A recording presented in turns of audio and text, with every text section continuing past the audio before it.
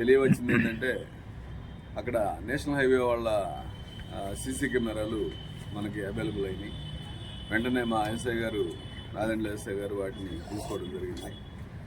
తీసుకొని మాకు చూపించిన దాని మీద చూస్తే ఆ లారీ ఏదైతే మహీంద్రా ట్రాక్టర్స్ని లెఫ్ట్కి తీసుకెళ్తా ఉందో, అంటే వెళ్తా ఫస్ట్ లైన్లో వెళ్ళి అతను సడన్గా లెఫ్ట్కి తిప్పాడు.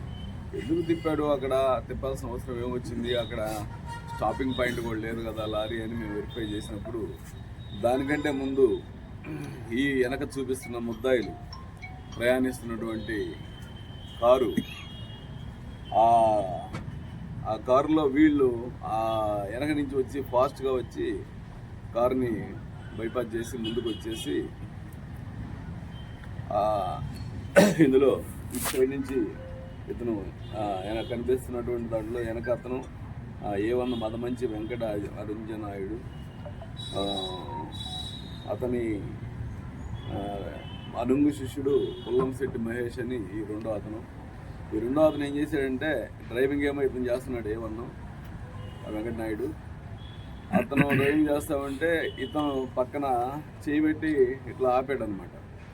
ఇట్లా అంటుండేసరికి ఓహో నన్ను ఏదో పక్క రమ్మన్నారని అతను సడన్గా ఆ మహీంద్రా ట్యాక్సీ తీసుకెళ్తున్నటువంటి కంటైనర్ లారీ అతను మహారాష్ట్ర అతను డ్రైవరు, అతనికి తెలుగు రాదు సరిగా.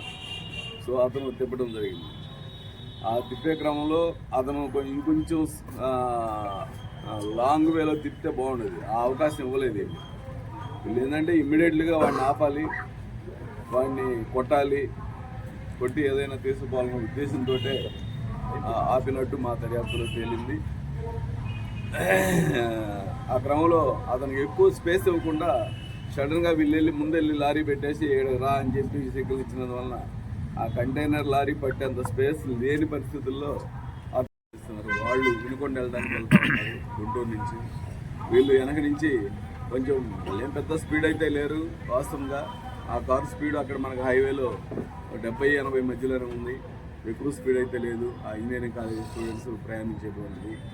మరి 70 కిలోమీటర్లలోనే వచ్చి తగిలిందంటే ఇతను ఏం చేశాడు, సడన్గా స్లో అయ్యాడు. కంటైనర్ లారీ ఎందుకు స్లో అయ్యాడంటే వీళ్ళ సిగ్నల్ వలన వీళ్ళు వెళ్ళి ఎక్కువ స్పేస్ ఇవ్వకుండా వెంటనే ఆపినందువలన వాళ్ళ కారు వెంటనే ఆపారు. అందువలన ఈ ప్రమాదం జరిగింది. అంటే ఆ విషయం తెలుసు వీళ్ళకి.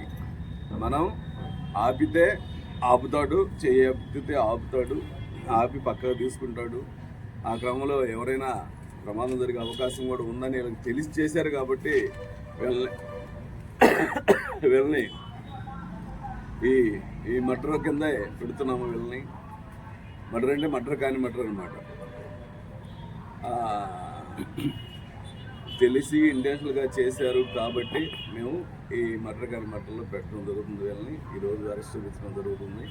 అయితే ఎందుకు పెట్టాల్సి వస్తుందంటే వీళ్ళ చరిత్రను కూడా ఒకసారి మేము పరిశీలిస్తే వీళ్ళని ఉదయం 8 గంటలకు అదుపులోకి తీసుకున్నాము, విచారణ చేస్తున్నాము. ఈ విచారణలో చాలా విషయాలు బయటకు వస్తూ ఉన్నాయి. ముఖ్యంగా ఈ A1 ఈ అసోసియేట్స్, ఇంకా కొంతమంది అసోసియేట్స్ ఉన్నారు. వీళ్ళ అనుచరులు అందరూ కూడా కలిసి ఈ దందాలు చేయడంలో బాగా అలవాటు పడ్డట్టుగా తెలుస్తుంది. ముఖ్యంగా ఇతను A1 A2లు చాలా అన్రిజిస్టర్డ్ క్రైమ్లు కూడా ఉన్నట్టు తెలుస్తుంది. అవి కూడా వెరిఫై చేస్తున్నాము.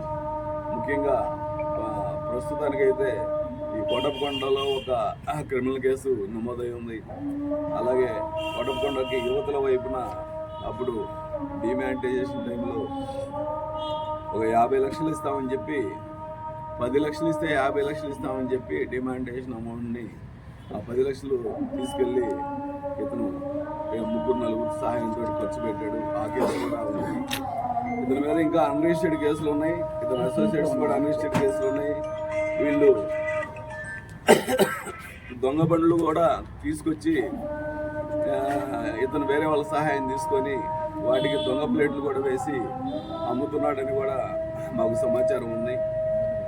దాని మీద కూడా దర్యాప్తు చేస్తున్నాము. అయితే ఇప్పటి వరకు అయితే ఈ 5 చనిపోవడానికి వీళ్ళు ప్రధాన కారణంగా భావించి వీళ్ళని అదుపులోకి తీసుకొని పూర్తి స్థాయిలో దర్యాప్తు చేసిన పిదప ఆ 5గురు చనిపోవడానికి వీళ్ళే ప్రధాన కారణంగా భావించి వీళ్ళని ఈరోజు 8 గంటలకి ఉదయం అరెస్ట్ చేసి ఈరోజు కోర్టుకు పెట్టడం జరుగుతూ ఉంది. వీళ్ళని వెంటనే మేము పోలీస్ కస్టడీ కూడా తీసుకుంటాము. పోలీస్ కస్టడీ తీసుకొని వీళ్ళ యొక్క నేరాలు, ఈ యొక్క వెహికల్స్ దందాలు, వెహికల్స్ రికార్డు మార్చడము ఇవన్నీ కూడా ఉన్నాయి. ఇన్ఫ్యాక్ట్ ఇప్పుడు వీళ్ళు వాడుతున్నటువంటి వెహికల్ కూడా అది కూడా ఏదో దొంగతనం చేసింది కానీ లేకపోతే ఎక్కడైనా కానీ స్క్రాప్లో కొని దానికి సంబంధం లేనటువంటి యొక్క నంబర్ ప్లేట్ పెట్టుకొని వాడుతూ ఉన్నాడు ఇతను. అలాంటివి ఇంకా చాలా ఉన్నాయని తెలుస్తూ ఉంది. సో ఇవన్నీ కూడా మేము తదుపరి దర్యాప్తులో వెరిఫై చేయాల్సిన అవసరం ఉంది కాబట్టి వీళ్ళని వెంటనే మేము మ్యాజిస్ట్రేట్ గారికి పోలీస్ కస్టడీకి పిటిషన్ వేసి పోలీస్ కస్టడీ తీసుకొని తదుపరి దర్యాప్తు కంప్లీట్ చేస్తాం. సార్, అతను బండి ఆపి డ్రైవర్ని కొట్టబోయాడు అన్నారు కదా, ఒక బ్రేక్ ఇన్స్పెక్టర్ అని చెప్పేసి ఆపారని చెప్పేసి బాగా ప్రచారం జరుగుతుంది. అంటే అధికారులమని బెదిరిస్తూ రోడ్ల మీద ఈ విధంగా చేస్తున్నారనేది పబ్లిక్లో బాగా అవేర్నెస్గా చెప్పుకుంటున్నారు. అంటే వాస్తవానికి అదైతే జరగలేదు. వీళ్ళ దగ్గర వెరిఫై చేసాము, ఇతని ఇళ్లలో కూడా సెర్చ్ చేసాము. ఆ బ్రేక్ ఇన్స్పెక్టరు ఐడి కార్డు ఏదో ఉంది అని చెప్పి అన్నారు. బట్ అదైతే మాకైతే ఇంతవరకు లభ్యం కాలేదు. బట్ ఇంతకుముందు చేశారేమైతే అది ఇంకా ఎవరు రాలేదు. అలాంటి బాధితులు ఎవరైనా ఒక్కరు కనుక వస్తే దాని మీద మనం తదుపరి దర్యాప్తు చేయడానికి అవకాశం ఉంటుంది. సార్, యాక్సిడెంట్ అవ్వగానే ఇప్పుడు ఫస్ట్గా ఎవరికి వెళ్ళి సార్ 100 కింద 108 కింద సార్ వాళ్ళు దానికి లీడ్ చేశారా? అక్కడ వెళ్తే దారిలో ఉన్న వాళ్ళు చేశారా? 100కి వచ్చిందండి. 100 నుంచి వెంటనే మా ఎస్ఐ గారికి కాల్ వచ్చింది. ఎస్ఐ గారు వేరే ఊర్లో ఉంటే ఇమీడియట్గా నాదండ్ల ఎస్ఐ గారు స్పాట్కి వితిన్ 15 మినిట్స్లోనే వచ్చేసారు. సార్ వీళ్ళలో దిగారు కదా సార్, బయటికి దిగారు కదా, కారు నుంచి దిగారు, స్పష్టంగా ఉంది వీడియోలో. ఆ కాల్ వీళ్ళు ఎవరు చేయలేదు కదా సార్, అసలు కనీసం ఆ హ్యూమానిటీ కూడా లేదు కదా సార్ వీళ్ళలో. ఏంటి కారు దిగింది ఫస్ట్ వీళ్ళే కదా సార్, యాక్సిడెంట్ అవ్వని చూసింది వాళ్ళే. కనీసం వాళ్ళు హ్యూమానిటీ ఉన్న వాళ్ళు ఎవరైనా వాళ్ళన్నా ట్రై చేశారు కాల్ చేయడానికి ఎవరికన్నా పోలీసులకి? వాళ్ళు చేసారేమో అంటున్నారు, బట్ అది ఎంతవరకు కరెక్టో తెలియదు. మొత్తం మీద ఇంకా జనమంతా వెంటనే వచ్చారండి. ఆ యాక్సిడెంట్ అవడంతో అక్కడ చూసాం కదా, అటు ఇటు వాళ్ళు వీళ్ళు చాలా మంది వచ్చాము. మేము డీటెయిల్గా నేషనల్ హైవే కంట్రోల్ రూమ్ పోయి వెరిఫై చేసాము. టోటల్ అన్ని సీసీ కెమెరాలు చాలా మంది వచ్చేసారు. వితిన్ 5 మినిట్స్లో దాదాపు 30-40-50 మంది వచ్చేసారు. సార్, వాళ్ళ ఫాదర్ కూడా కన్సర్న్ డిపార్ట్మెంట్ కాబట్టి అతనికి ఎవరన్నా సహకరించారా?